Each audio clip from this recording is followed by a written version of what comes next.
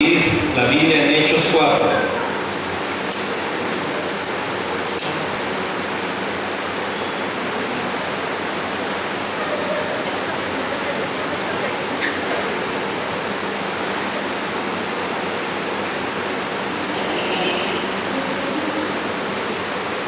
Vamos a comenzar nuestra lectura en el versículo 32.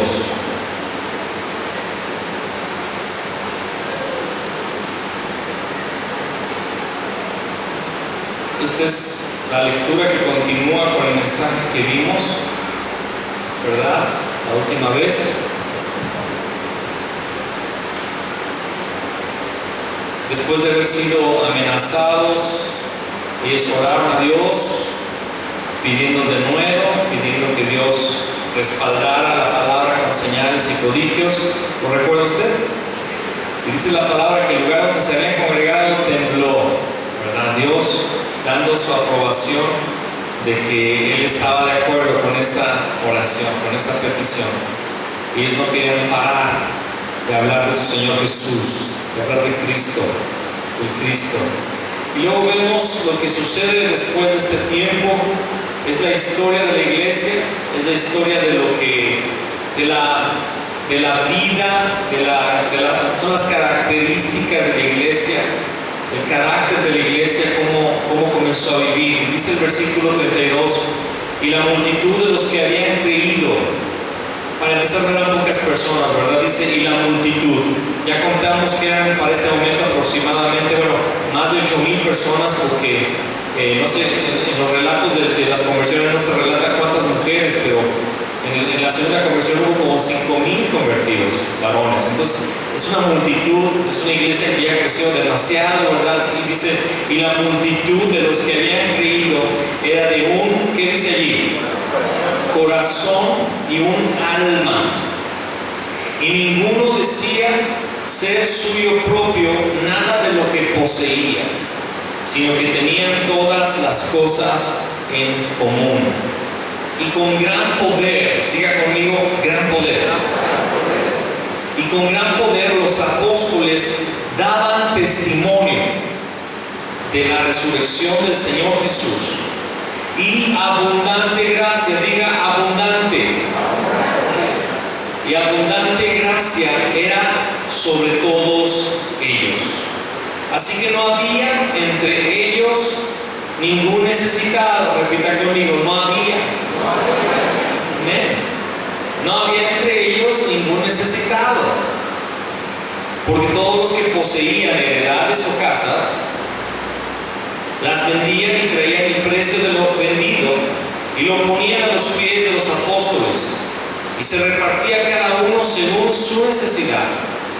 Entonces José, a quien los apóstoles pusieron por sobrenombre Bernabé, que traducido es hijo de consolación, levita, natural de Chipre, como tenía una heredad, la vendió y trajo el precio y lo puso a los pies de los apóstoles. Amén. Vamos a orar una vez más. Cierre sus ojos, por favor, un momento más y vamos a orar al Padre. Señor, en esta tarde oramos una vez más por tu presencia en este lugar. Te pedimos perdón, Señor, si nos hemos distraído muchas veces de la realidad de que esta es tu casa y de que este es el culto a ti. Queremos pedirte, Señor, que tú derrames en esta tarde gracia sobre nuestros corazones, no solo para entender la palabra, sino para ser activados por ella, para ser consumidos por ella. Señor, derrama un fuego sobre nuestros corazones en esta tarde.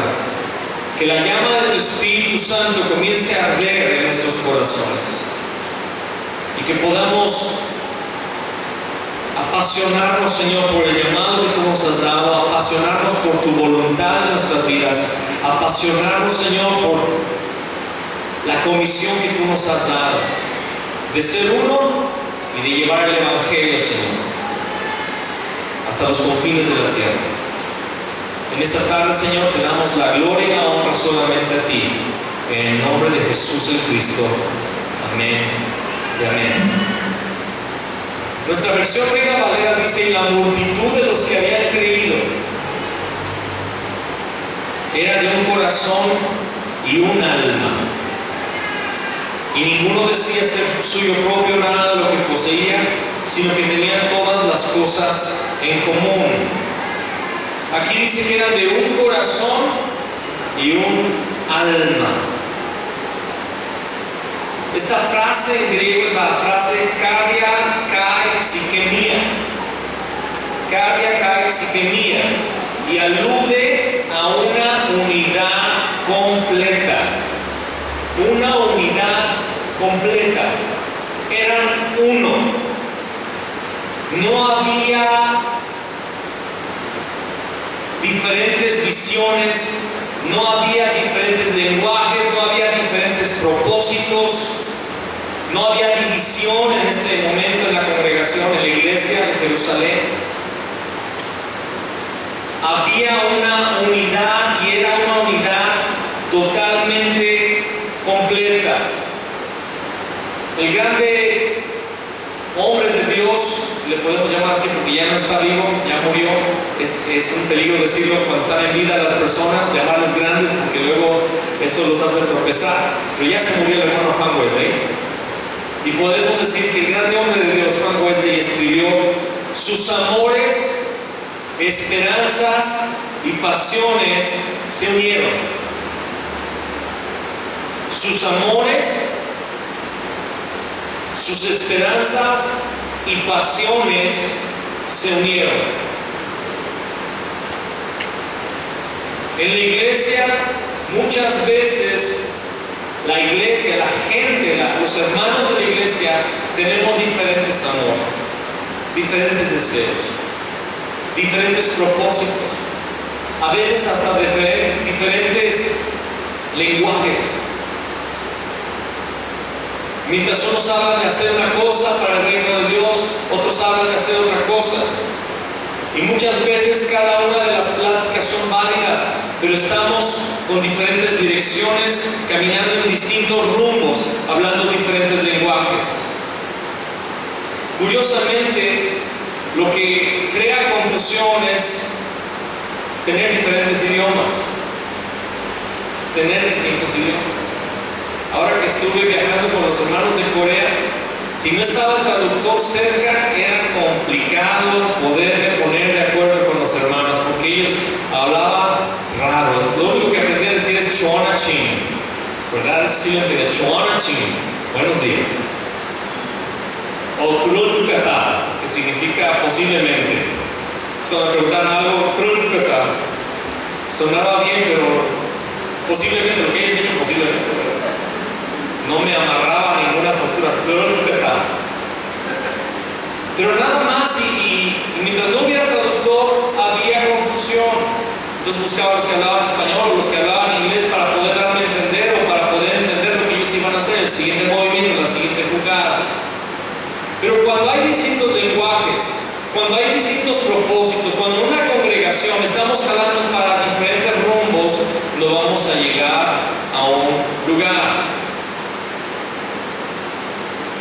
Pero esta iglesia dice que eran de un corazón y un alma. Había una unidad completa. Sus amores, sus esperanzas y sus pasiones se unieron. Y había un solo propósito, había un solo lenguaje, había una visión únicamente. Y todos caminaban en pro de esto. Lo que los unía no era la afiliación a una iglesia. Ellos no decían: es que soy de la iglesia de Jerusalén, es lo que me une. No era la afiliación a una iglesia. Era una unidad espiritual, de un apasionado compromiso con una tarea. Lo que los unía era una unidad espiritual, de un apasionado compromiso con una tarea. Ellos sabían cuál era la tarea que les había encomendado el Señor Jesús. Ellos sabían cuál era su propósito. Ellos entendían el pacto. Y como lo hemos dicho repetidas veces, este pacto se ha perdido en casi toda la iglesia. ¿Cuál es el pacto? Que Jesús es ¿quién? Ellos lo entendían muy bien. El movimiento de evangelización mundial comenzó en Jerusalén con esa predicación: Jesús es el Cristo, Dios lo ha hecho Señor y Cristo. Fue la predicación del apóstol Pedro. A este Jesús, a quien vosotros crucificasteis, Dios le ha hecho Señor y Cristo. Esa fue la predicación, ese fue el fundamento. Pedro sabía que Cristo había dicho: sobre esta roca voy a edificar mi iglesia, y las puertas del Hades no van a prevalecer contra él. Y esto estaba en el corazón de la iglesia y era su visión: Jesús es el Cristo. Y ellos recordaban las palabras de Cristo: ir por todo el mundo y predicar el Evangelio, enseñándoles que guarden todas las cosas que os he enseñado, bautizándolos en el nombre del Padre, del Hijo y del Espíritu Santo. Y aquí yo estoy con vosotros todos los días hasta el fin del mundo. No han pasado más de 2 o 3 o 4 meses que el Señor Jesús resucitó y todavía resuenan las palabras del Señor Jesús en la mente y corazones de todos los discípulos cuando les dijo: pero recibiréis poder y me seréis testigos en Jerusalén, Judea, Samaria y hasta lo último de la tierra. Por eso dice la palabra que la multitud de los que habían creído era de un solo corazón y de un alma, porque la comisión era muy clara, porque cuál era el Evangelio era totalmente claro. ¿Cuál era su propósito como iglesia? Era algo muy, muy claro, y habían unido sus amores. Su amor era Cristo Jesús, sus esperanzas, la segunda venida del Señor Jesús, y sus pasiones, predicar el Evangelio. Tú lo vas a ver en todo el libro de Hechos. Era la pasión. Por eso, como ya lo hemos dicho, Hechos 5:42, todos los días. Oye, algo que haces todos los días es porque estás apasionado por hacerlo, ¿no es así? No estamos hablando de cocinar o de hacer el aseo. Esas son tareas que nadie tiene pasión por hacerlas, pero se tienen que hacer. Estoy hablando de, por ejemplo, las personas que les gusta jugar fútbol y que son apasionadas. Buscan de todas las maneras posibles hacerlo diario si fuera posible. Y a veces no consiguen hacerlo diario porque la esposa no los deja, ¿verdad? Pero es una pasión y se dedican en hacerlo, porque es algo que llena a las personas y por eso lo hacen. Yo recuerdo cuando pude comprar mi primer teclado con teclas normales, porque yo toqué en la iglesia durante años con un tecladito chiquitito, con unas teclas pequeñas porque no ajustaba para más en la iglesia donde estábamos, y tocaba con un teclado, le decíamos de broma Lili le di. Algunos entienden, otros ya no, ¿verdad? Pero los que conocían los teclados Lili le di eran de juguete. Yo tocaba en ese tecladito, pero un día me pude comprar un teclado Roland a crédito, ¿verdad? Pero me lo compré 5 octavas, tecla grande y unos efectos que sonaban mejores que los de un piano normal, y tenía bocinitas, entonces podía ensayar en casa. Y en ese momento yo recuerdo que yo ya tenía mi novia, ¿verdad? La única que tenía. Y de repente, como a los 3 o 4 días que compré el teclado, me hablan por teléfono y me dice una muchacha muy guapa llamada Tere: Fabián, ¿cómo estás? Bien. ¿Qué estás haciendo? Aquí tocando el piano. Me dice: ¿y algún día piensas volver a visitarme? Porque como también una de mis pasiones era la música y acababa de adquirir un instrumento precioso, se me olvidó que era novio. Y todos los días comencé a tocar el teclado y se me olvidaba ir en esa semana nada más, ¿verdad? Después del jalón de orejas. Se me olvidaba que yo tenía una responsabilidad también con una muchacha con la que me iba a casar. Era mi pasión tocar el piano. Pues la iglesia era de un solo corazón y una. Sus amores, esperanzas y pasiones se unieron. Sin perder esta porción de la Biblia, acompáñame a Efesios 4.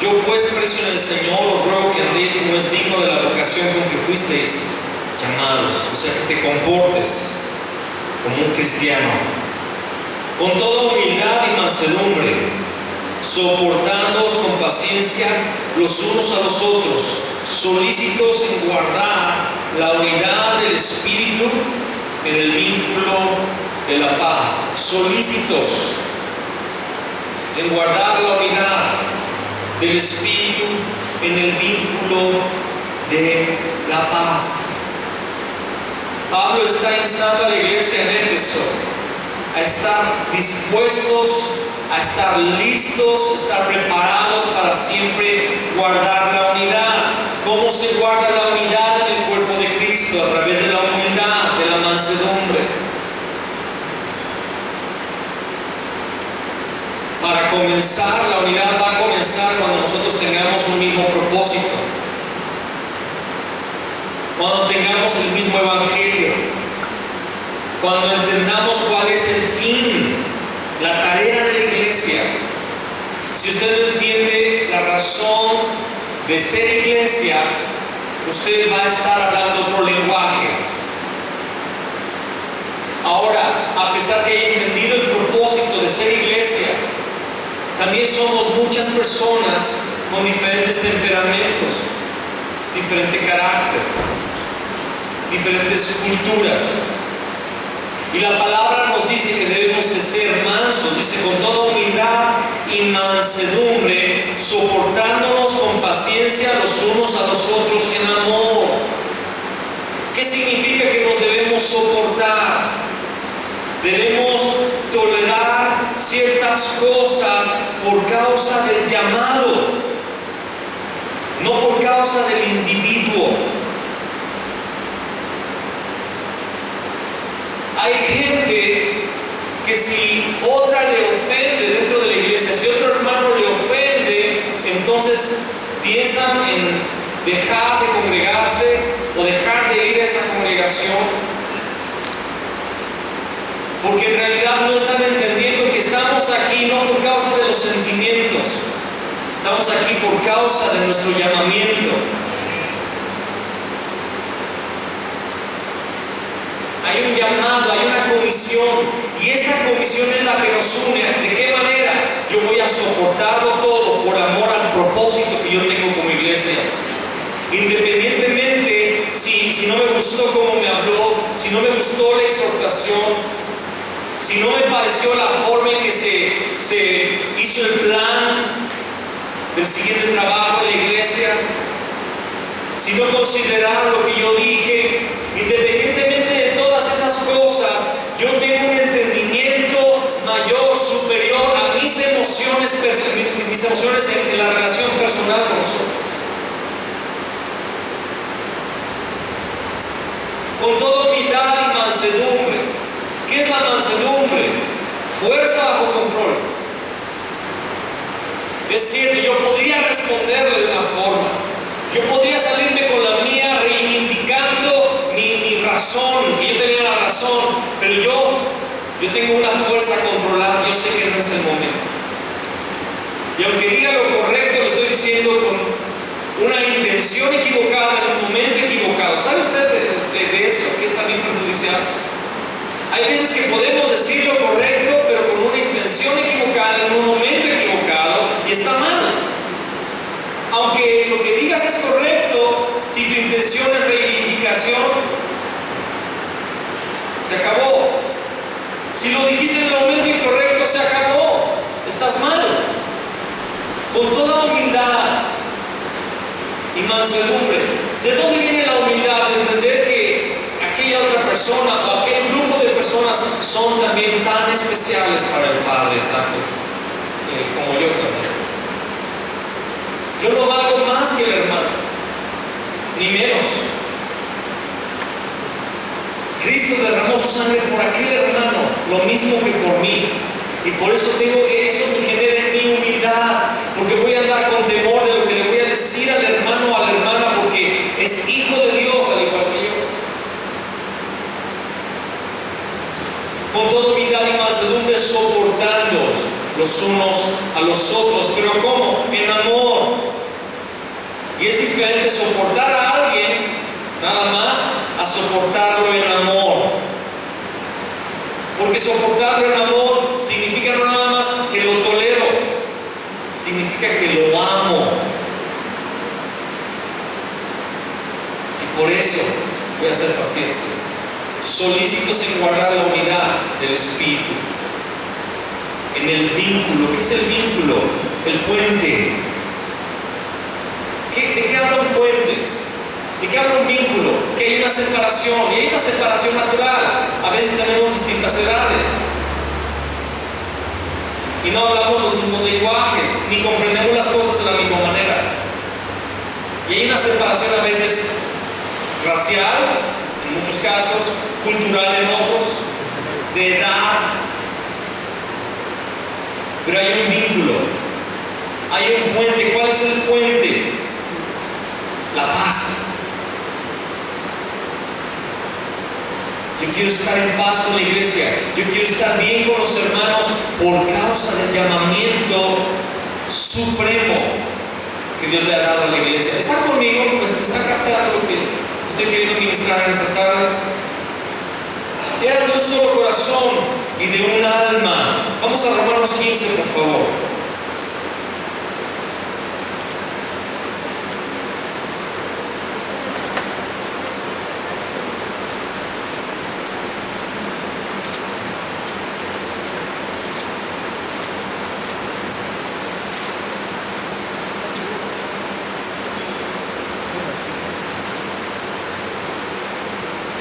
Vamos a leer versículos 5 y versículo 6.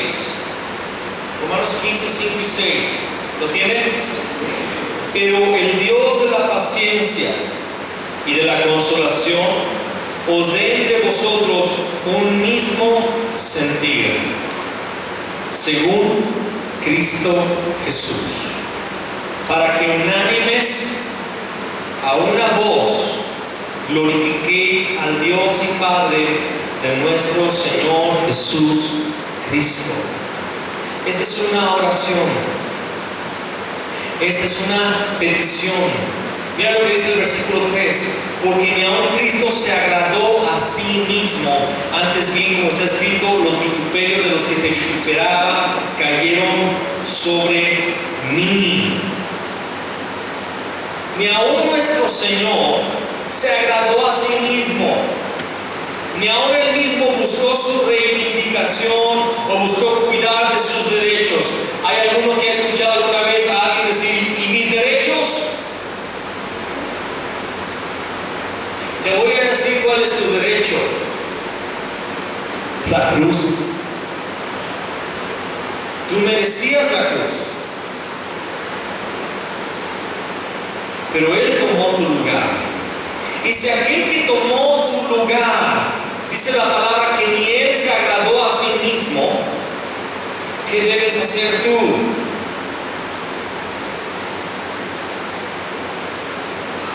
También no buscar agradarte a ti mismo, sino buscar cumplir junto con los hermanos el propósito y llamamiento de Dios para la iglesia.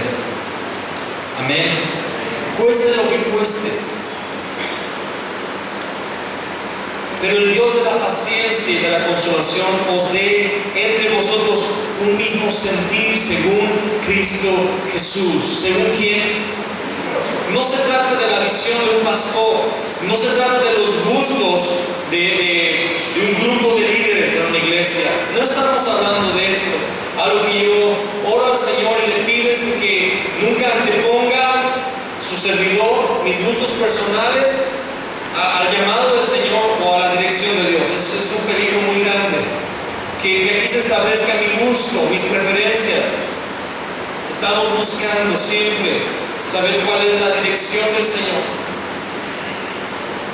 Y oren por nosotros, de veras necesitamos mucho su oración para que nosotros, que no se pierda esto en nuestras vidas, el buscar la voluntad de Dios, ¿verdad?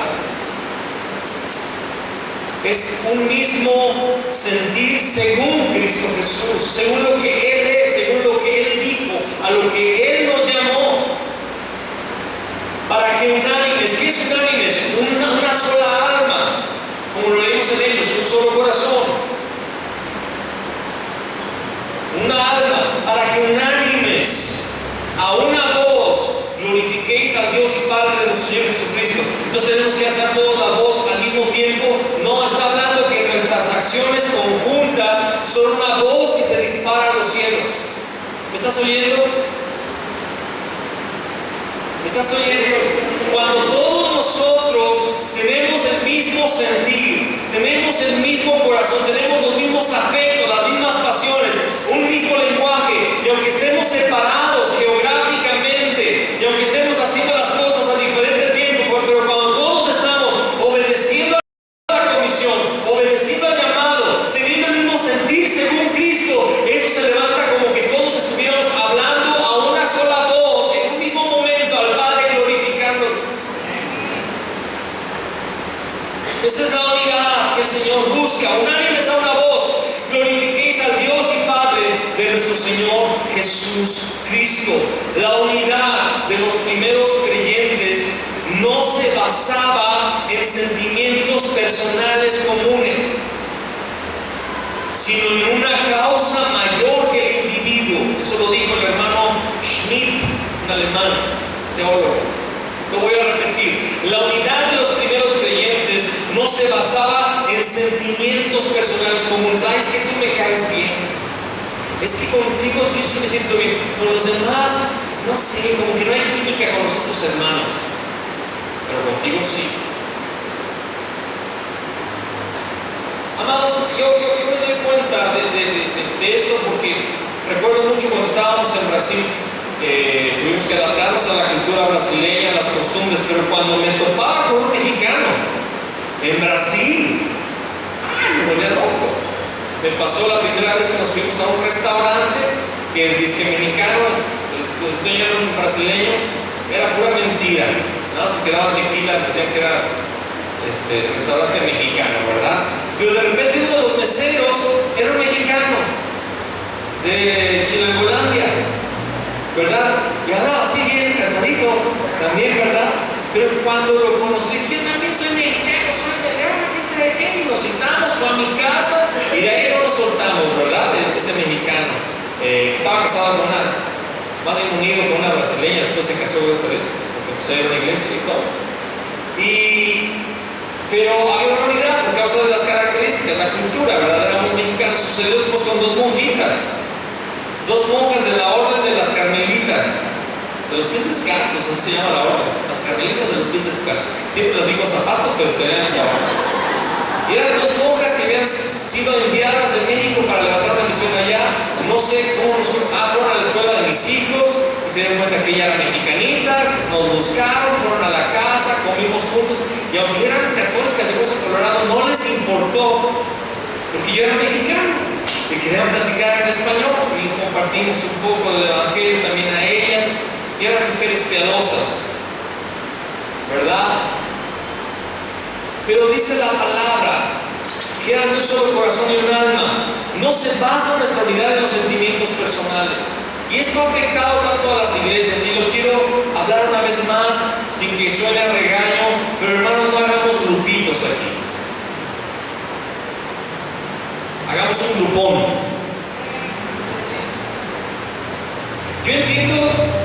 significa que estás prohibido de juntarte con alguien a comer o de salir con una familia, que dos familias salgan. Pero estoy hablando de cuando hay no solamente uno o dos, sino que hay 5 o 6 personas que nada más se juntan entre ellos y no se juntan con nadie más.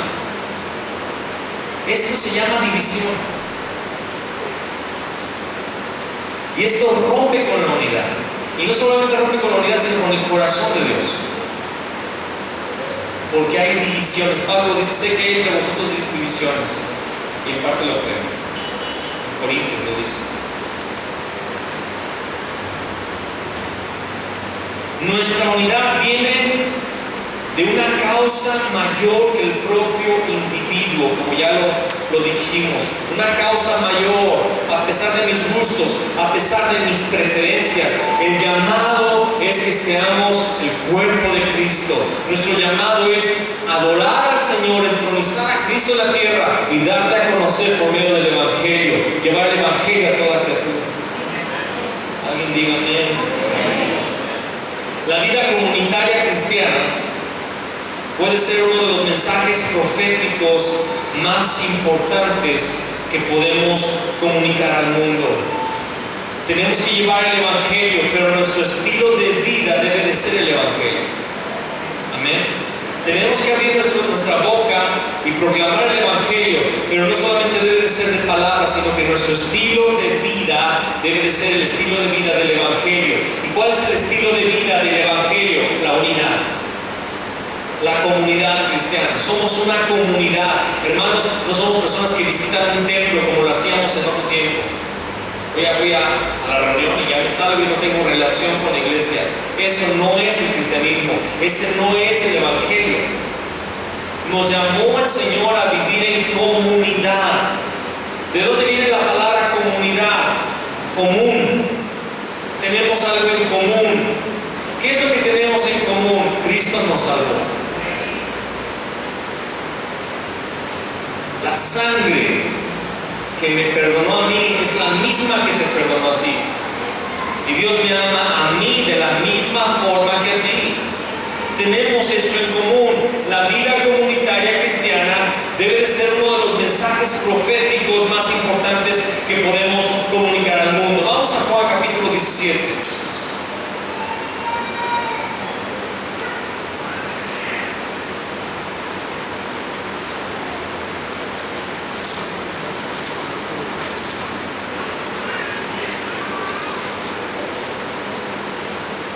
Vamos a leer el versículo 22 y 23. Es la oración de nuestro Señor antes de morir en la cruz. Y Él oró lo siguiente: la gloria que me diste, yo les he dado. ¿Con qué fin? Para que sean uno. ¿Cuántas veces hemos escuchado en la oración: Señor, envía tu gloria, manda tu gloria, derrama de tu gloria? Hemos cantado así, hemos orado así. ¿Para qué nos dio su gloria el Señor Cristo Jesús? Para que seamos uno, así como nosotros somos uno. Yo en ellos y tú en mí, para que sean perfectos en unidad, para que el mundo conozca que tú me enviaste y que los has amado a ellos, como también a mí me has amado. Para que el mundo conozca que tú me enviaste. ¿Cómo el mundo va a conocer que Cristo fue enviado a la tierra a salvarnos de nuestros pecados?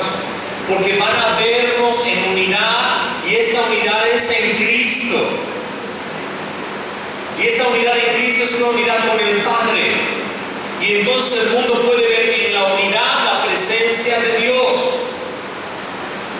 Y por algo que nos conocen es porque estamos divididos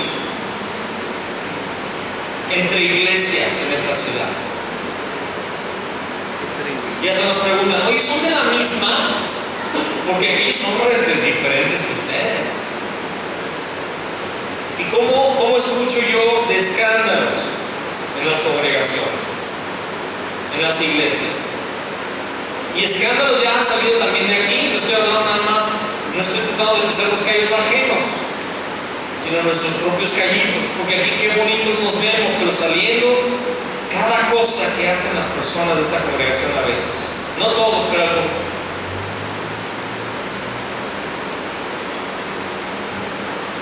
Yo en ellos y tú en mí, para que sean perfectos en unidad, para que el mundo conozca que tú me enviaste y que los has amado a ellos como también a mí me has amado. Es un mensaje profético, el que seamos uno, que nos amemos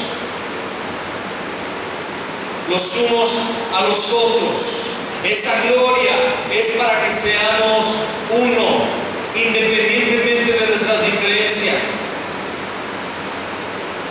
independientemente de nuestros errores. Hermano, yo te voy a fallar en algún momento. Espero que sea una falla mínima. Pero yo quiero advertírtelo porque de repente ponemos nuestra mirada en el hombre. Y a pesar de que yo quiero ser justo y recto y ser ejemplo, soy un hombre, como también cualquier otro líder en este lugar y en la iglesia. Y en algún momento mostramos el cobre. En algún momento podemos estar de malas, tener un dolor de cabeza o simplemente tener un lapsus de necedad. Y te puedo fallar. Y tal vez te pueda llegar en un momento a hablar áspero o a darte una palabra, un consejo que no es apropiado, que no es el mejor. Y tal vez te pueda ofender. Te quiero pedir un favor. No estás aquí por mi perfección. No estás aquí por mi justicia. No estás aquí porque yo sea el más perfecto, el más sabio. No soy el más sabio, ni sabio. Yo a veces me siento que no sé nada cuando me enfrento a desafíos nuevos. Estás aquí por causa de que Él derramó su gloria para que seamos uno, para que el mundo conozca que el Padre envió a Cristo. Y si tú entiendes que nuestro llamado es ese, ser uno y predicar el Evangelio, tú me vas a soportar en amor. Y vas a decir, ay, ese pastor se le fueron las cabras el día de hoy. Despertó y se levantó con el pie izquierdo. No importa. Al rato me pide disculpas, se va a dar cuenta. Y si no, le voy a decir a su esposa para que se dé cuenta.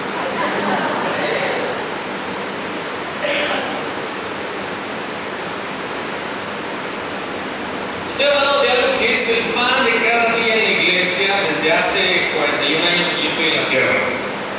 Nada más puedo hablar de lo que yo he visto, no puedo hablar de lo que no he visto, pero ¿qué es lo que pasa? Satanás usa las mismas armas de siempre. Él no inventa armas, él no está con su laboratorio de diseño armamentista para la destrucción del reino de los cielos y la tierra. No, él usa lo de siempre, mente de división. Usa la ofensa, ¿verdad? Permite que haya ofensas. ¿Y cuántos han ofendido sin darse cuenta? Y hasta después del tiempo alguien viene y dice, es que tú me dijiste. Yo, esta alma de Dios. Hasta cuando decimos yo, truena así la aureola. Porque la verdad es que yo soy así, yo no pienso que la riego. Yo me equivoqué el día que pensé que me había equivocado.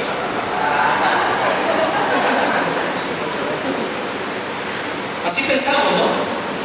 Y cuando nos equivocamos, ¿crees que me equivoqué por una razón? Porque tú, primero, o sea, nunca conseguimos, ¿verdad?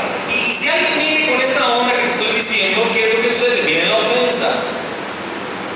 Y si es un líder, o si es una persona cristiana de mucho tiempo, peor. ¿Y qué pasa con los hermanos? Yo ya no voy a ir a ese lugar. ¿Qué me deja ver, qué me deja claro esta actitud? Que no han entendido, que no están aquí por su relación sentimental con una persona, sino que estamos aquí por causa de un llamado mayor que el individuo. Por eso la palabra dice que soportándoos los unos a los otros en amor. Debemos estar unidos según Cristo. El vínculo es el vínculo del Espíritu, de la paz. ¿Qué es lo que pasa cuando esto sucede? ¿Cómo lo logramos? Primer punto, si es que hay un punto, primer punto para lograrlo, Filipenses 2.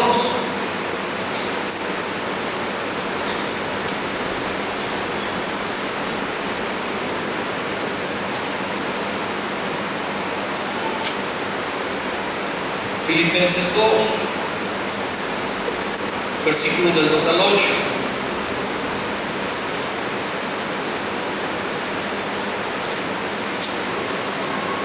Dice: completad mi gozo, sintiendo lo mismo. ¿Qué es sentir lo mismo? Tener en común, estar unánimes, ¿verdad? Sintiendo lo mismo, teniendo el mismo amor, unánimes, sintiendo la misma cosa. ¿De qué está hablando ese versículo? De la unidad. Amén. Como lo leímos en Hechos 4, como lo leímos en Efesios también 4, como lo leímos en Romanos 15. Todos estos versículos hablan de unidad. Amén. Entonces, completar mi gozo, sintiendo lo mismo, teniendo el mismo amor, unánimes, sintiendo una misma cosa. Nada hagáis por contienda o por vanagloria, antes bien con humildad. ¿Sabes que hasta tú puedes comenzar a evangelizar por contienda o vanagloria? ¿Cuántos entienden esto? Pues, todos están evangelizando y pidió 100 folletos mi rival aquí en la iglesia, no la rival. Hermano, no quiero 100, quiero 200, establece enfrente de la persona. 200, 200. Porque voy a evangelizar más. Hemos pedido que la gente tome reportes, vea fotos de los movimientos de la palabra, ¿no? Y de repente aparece en Facebook que tu rival puso 5 fotos de 5 movimientos, pues yo pongo 10. Y hasta, aunque no sea movimiento, le pongo una Biblia, le tomo la foto, pero tiene que ser. Nada hagáis, porque podemos hacer muchas cosas piadosas, pero por contienda o por vanagloria, para que vean que soy espiritual, para que vean que yo sí soy de los buenos. Hermanos, tenemos que hacer todo lo que hacemos para el Señor, pero debemos hacerlo por amor a Cristo. Y aunque nadie nos vea, aunque nadie nos dé la palmadita en la espalda, un día el Señor nos va a decir: bien, buen siervo y fiel, entre en el gozo de tu Señor. Esa palmadita es la que yo quiero recibir. La suya también, pero la que más me interesa es la de Él. Nada hagáis por contienda o por vanagloria, antes bien con humildad, estimando cada uno a los demás como superiores a Él mismo. ¿Sabes qué va a suceder cuando tú consideres al hermano superior a ti mismo? En el buen sentido, no en un sentido de complejo o de rechazo, no, sino entender que algo Dios puede darme a través del hermano. Eso es lo que significa esto. Algo Dios me puede bendecir a través de la hermana que está allí. Es que tú vas a dejar de hablar y vas a escuchar más al hermano, a la hermana. Porque somos tendenciosos, yo me considero uno de ellos, tendenciosos a querer siempre que nos escuchen. Y el que yo quiera que se me escuche siempre significa que yo me considero superior. Es que me tienes que escuchar, es que soy el pastor, es que sé más que tú, tengo más experiencia. ¿Tú qué me puedes enseñar? ¿A mí? Vamos a aprender. ¿Qué puedes enseñar a mí? ¿Sabes qué? Yo me he llevado cada sorpresa de cómo Dios me ha hablado a través de las personas que menos me lo esperaban. Dios me habló. Y si tú tienes la humildad, se va a reflejar cuando tú empieces a callar o escucharlas. Estimando cada uno a los demás como superiores a Él mismo, no mirando cada uno por lo suyo propio, o sea, el egoísmo se acabó, sino cada cual también por lo de los otros. ¿Cómo puedo bendecir al hermano? ¿Cómo puedo bendecir a la hermana? ¿En qué le puedo ayudar? La cultura de la carne, la cultura mexicana y de otras naciones, ¿cuál es? A ver qué le saco, a ver qué ventaja, a ver en qué me sirvo de esta persona. ¿Me explico? panadero, ya sé. ¿Dónde queda su local? Ya hacen trabajos de esto y esto lo necesito yo que me pueda dar mejor precio. Es una de las tristezas de muchas personas que tienen negocio, que son cristianas. ¿Sabes cuál es la tristeza? Que cuando llega un cristiano al negocio del cristiano siempre quiere que le regalen las cosas. Y sobre todo esto es una plaga en los ministros. Es que como soy pastor hasta llegamos, ¿usted es cristiano? Yo soy pastor, ya dije, aquí voy a sacar un par de zapatos. Mi esposa y yo hasta nos da pena ir a un negocio, unos hermanos que tienen un negocio de calzado, porque siempre nos regalan y se dice fuerza. La broma es fuerza, nos fuerza a llevarnos un par. Y por eso a veces ni lo queremos visitar, porque sabe que somos pastores. Ahora, qué bendición cuando tú puedes bendecir a tu hermano, pero es triste que siempre los cristianos tratan de sacarle provecho a otro hermano que tiene un negocio. O llega un hermano que tiene una profesión. Me acuerdo una vez que llegó un hermano que es fontanero a la casa, el vecino construyó y me rompió el tubo del boiler, y ustedes saben que si no está al tamaño correcto, pues sale el agua y te echa a perder todo. Y le hablé al hermano, ven a arreglar esto, por favor. Claro que sí. Y fue una soldadita de nada, fue un chiste lo que hizo. Me quemó todo el plafón de yeso que estaba ahí arriba. Le dijo que un día le iba a arreglar, ya no. Está aquí, lo quiero mucho a este hermano. Pero me hizo un trabajo de soldado, pero fue una tontería. Y le dije, ¿cuánto es? No, nada, hermano. ¿Cómo crees? No, le dije, no, tú hiciste un trabajo, te veniste de tu casa, te trajiste tu tanque, tu soplete, te tengo que pagar. No, por favor. Y no le pagaron. No, sí. Se quedó con él y convivimos en paz. Pero la palabra dice que el obrero es digno de su salario. Dice que nada hagáis por envidia, ¿verdad? Por contienda o por vanagloria,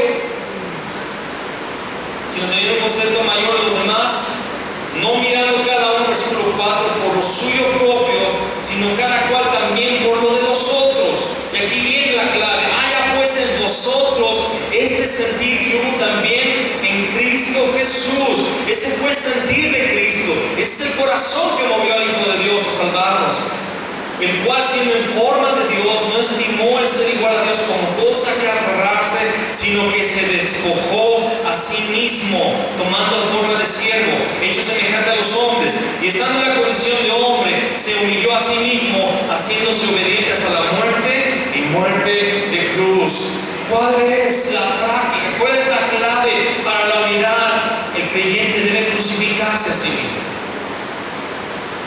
Tú debes crucificarte en tu relación con los hermanos, en tu relación con el cuerpo de Cristo. Tú tienes que morir a ti mismo y hasta permitir la injusticia sobre tu vida. Jesús lo permitió que lo crucificaran. ¿Era justo? No, era injusto. Él era un justo muriendo por los injustos, pero él soportó la injusticia porque había un sentir en él: salvarnos, reconciliarnos, destruir el imperio del príncipe de este mundo, acabar con el problema del pecado y con el problema de la separación, que es la muerte.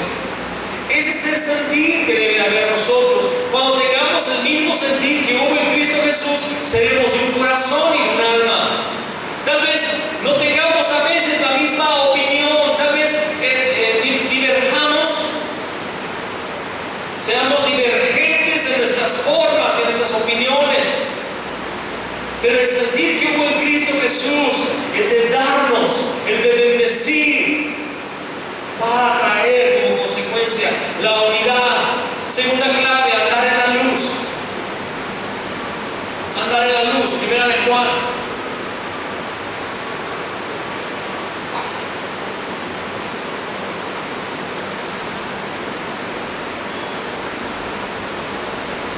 Primera de Juan 1:7.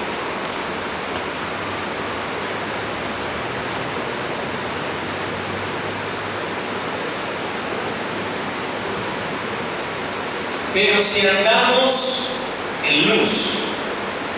Como Él está en luz, tenemos comunión unos con otros, y la sangre de Jesús Cristo, su Hijo, nos limpia de todo pecado.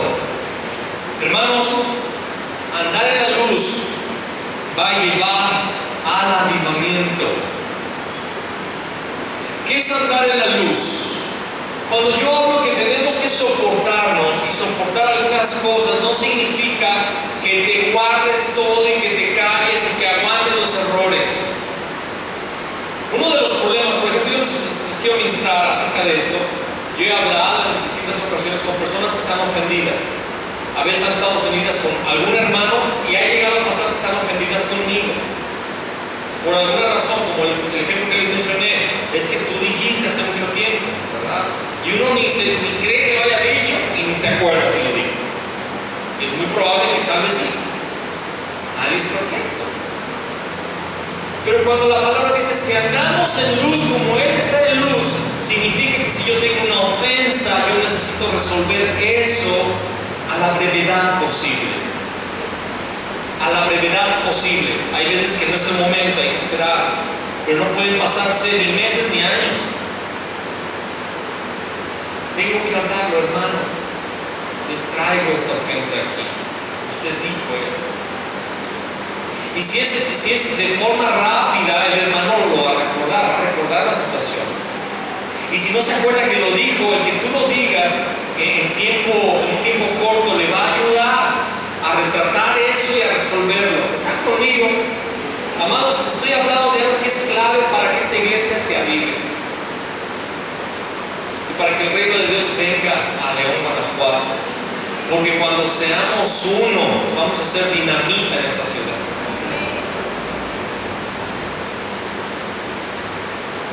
Si andamos en luz como Él está en luz, tenemos comunión unos con otros, y la sangre de Jesucristo su Hijo nos limpia de todo pecado.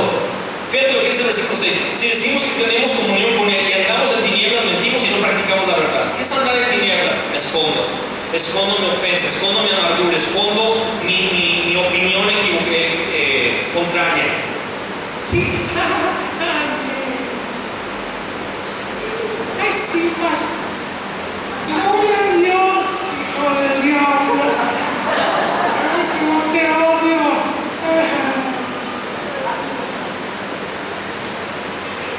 Si decimos que tenemos comunión con Él, pero andamos en tinieblas, y luego esas tinieblas nos llevan a ministrar nuestras tinieblas a otros, es que el pastor dijo, no vamos a dejar al pastor, esto no es personal, es que el hermano, ¿te fijaste? Es el que dirige la oración, pero ya viste cómo venía peleándose con fulano de tal. La hija del pastor, ¿te fijaste cómo estaba peleando el pastor y la hija de la alabanza? Ya y después tocando el violín, la niña. Hay algo que ¿qué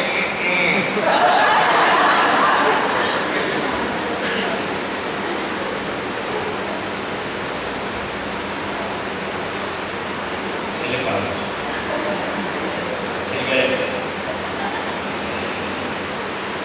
Si andamos en luz como Él está en luz, tendremos comunión unos con otros.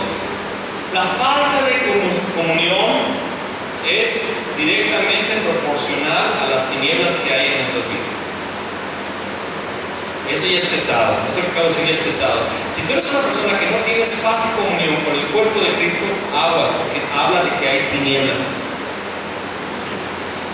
Porque el andar en luz tiene como consecuencia inmediata la comunión.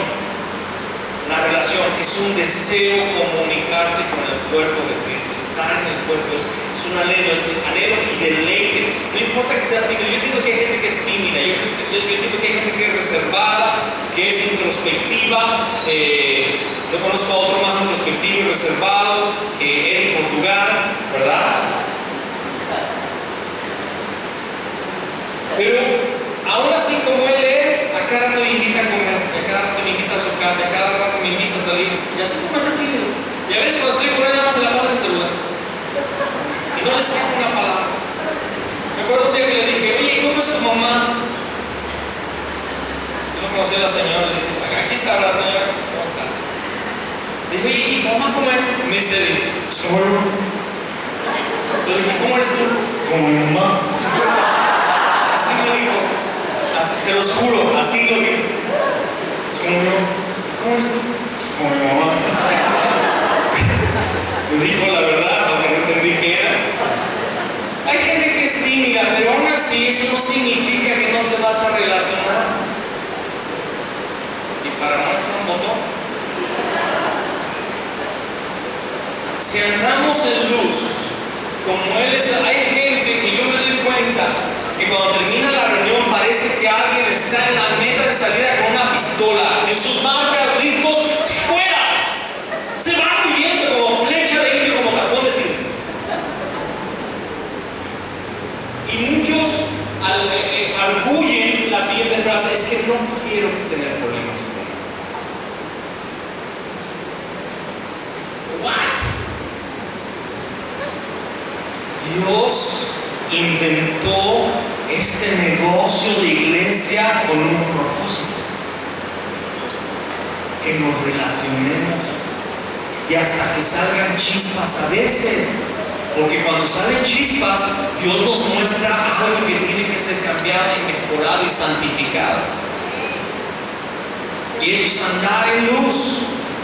No significa que todos somos perfectos y que aquí nadie tiene problemas con nadie y que jiji, jaja, qué lindo pastor, qué lindos hermanos, qué linda alabanza, qué lindo todo. Ay, estoy en un lecho de rosas.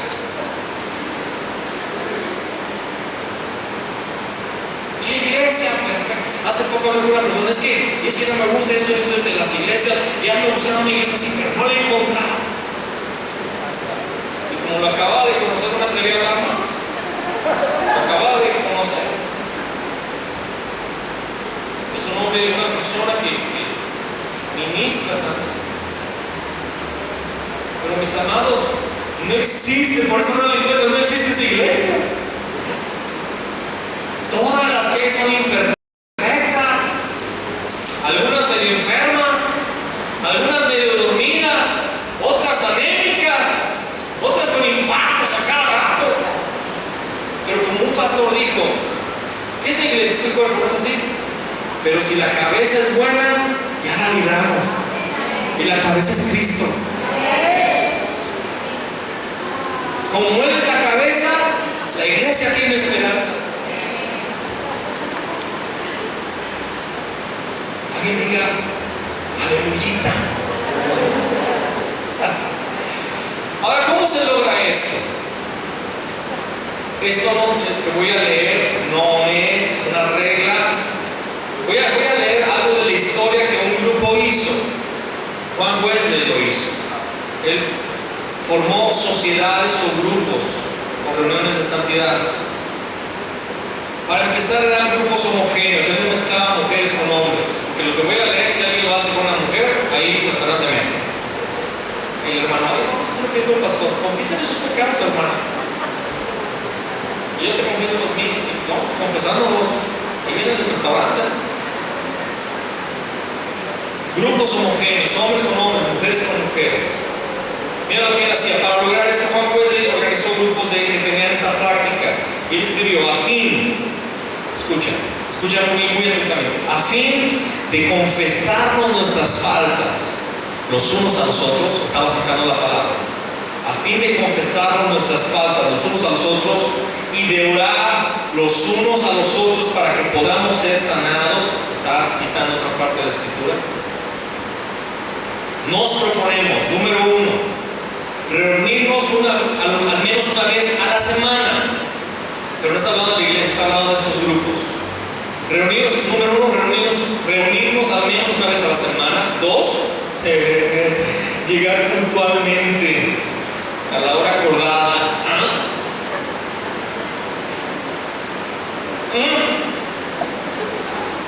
3, comenzar cantando o en oración.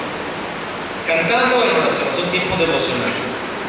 Número 4, que cada uno de nosotros hable con buena disposición, sinceridad y sencillez sobre el verdadero estado de su alma.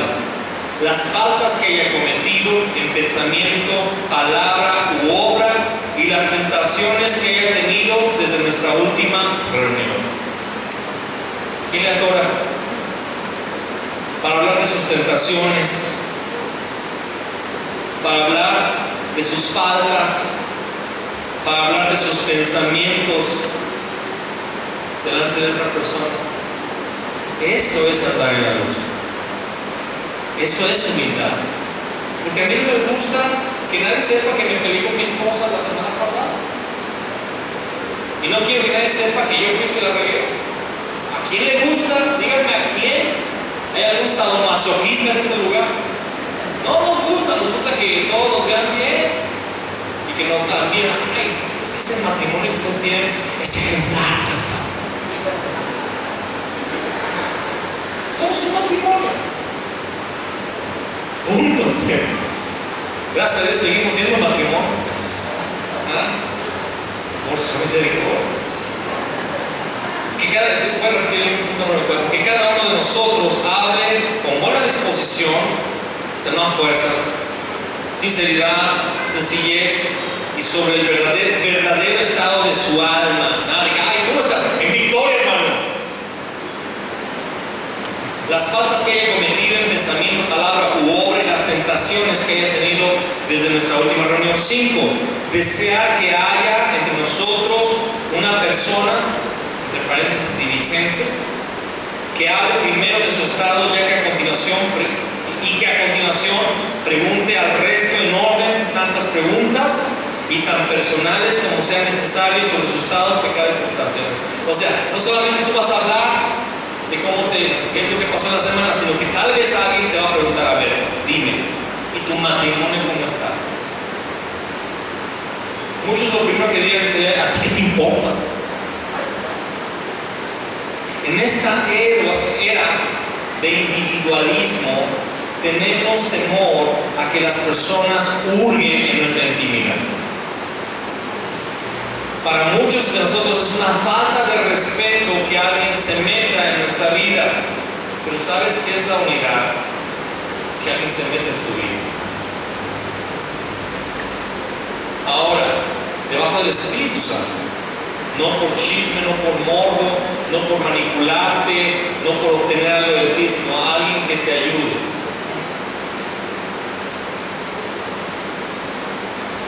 Y esto que estoy hablando del Evangelio, en realidad, la vida comunitaria cristiana rompe los paradigmas y la forma de vida de la sociedad actual. Estamos acostumbrados, hay muchos de aquí, sí o no, no levanten su mano, pero muchos ni siquiera le hablan al vecino.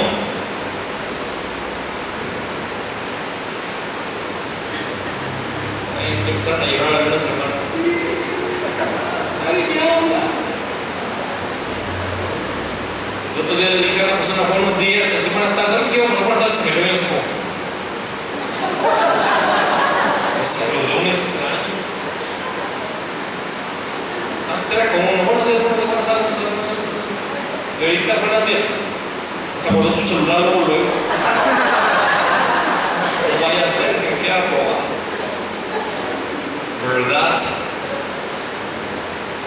Ya se me terminó el tiempo y apenas estoy dando el primer punto. Necesito terminar para que cuando vean el mensaje en YouTube se lo acabe, se lo eche todos y no se van a aburrir en YouTube. Vamos a terminar en este punto y la siguiente semana, la siguiente ocasión, la siguiente semana toca alguien más. Vamos a hablar de lo que resta, pero estamos hablando de Hechos. Vamos otra vez a Hechos para terminar leyendo una vez más esta porción.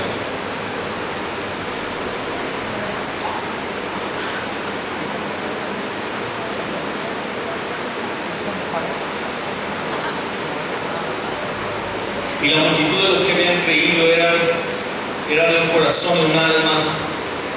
Estamos en Hechos 4:32. Y la multitud de los que habían creído era de un corazón y un alma. Y ninguno decía ser suyo propio nada de lo que poseía, sino que tenían todas las cosas en común.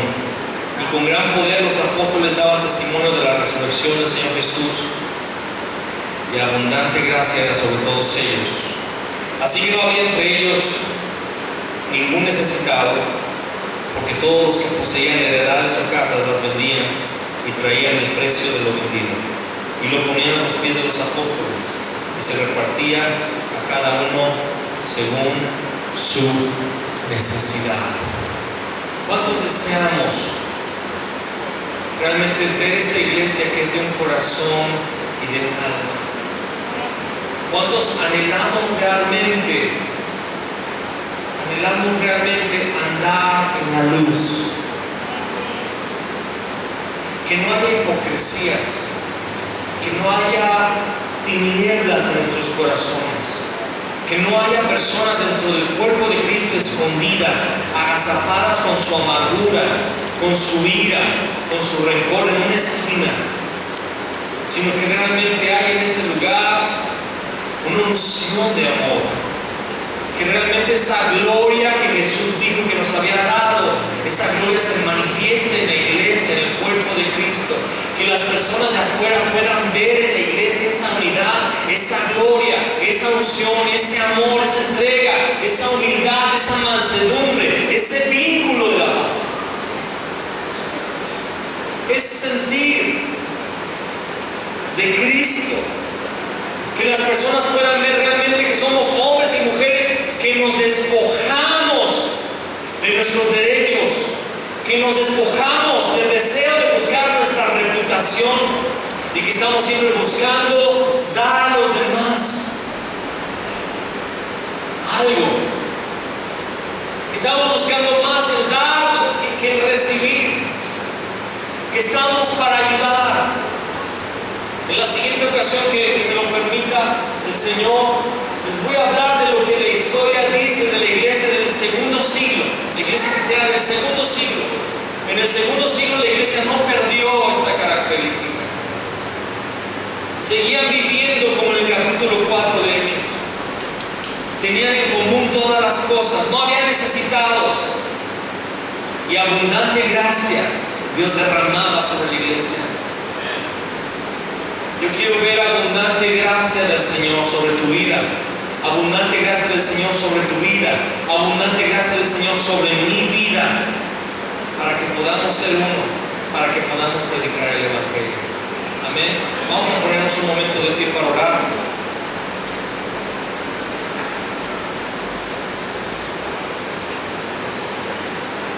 A continuación van a seguir los anuncios y las ofrendas, pero vamos a orar en relación a lo que acabamos de escuchar. Cierra tus ojos, por favor, una vez más.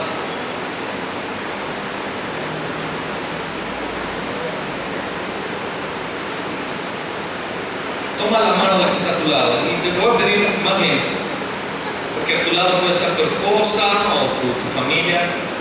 Sal de tu lugar y busca una persona que no es de tu familia y tómale la mano, por favor, y que no es tu novio también. Igual si no es de mi familia, pues no. ¿Qué? Toma la mano de esa persona. Sal fuera. Si no la conoces, pregúntale su nombre. Debe estar todo tuyo nada más. Ahora empiezan a orar los unos por los otros y dile al Señor, vamos a orar los así, Señor, haznos de un corazón y de un alma. Empieza a orar con la persona que está a tu lado. Dile al Señor, haznos de un corazón y de un alma. Haznos de un corazón y de un alma. Derrama esa gloria. Derrama esa gloria. Derrama esa gloria. Esa gloria para que seamos uno. Esa gloria, Señor. Esa gloria que le diste a Cristo Jesús. El mundo podía ver, Señor, que Jesús era uno contigo. Derrama esa gloria, Señor. Derrama esa gloria sobre el cuerpo de Cristo.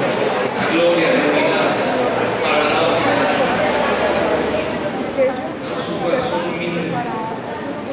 Danos un corazón quebrantado. Señor, ayúdanos. Ayúdanos, Señor, a tener en alta estima a los demás, a no buscar las cosas, Señor, por vanagloria o por contienda, sino que busquemos servir a los demás. Bendice a mi hermano, bendice a mi hermana, Señor. Bendice en el nombre de Cristo Jesús. Y que sea su nombre. En el nombre de Cristo Jesús. Amén.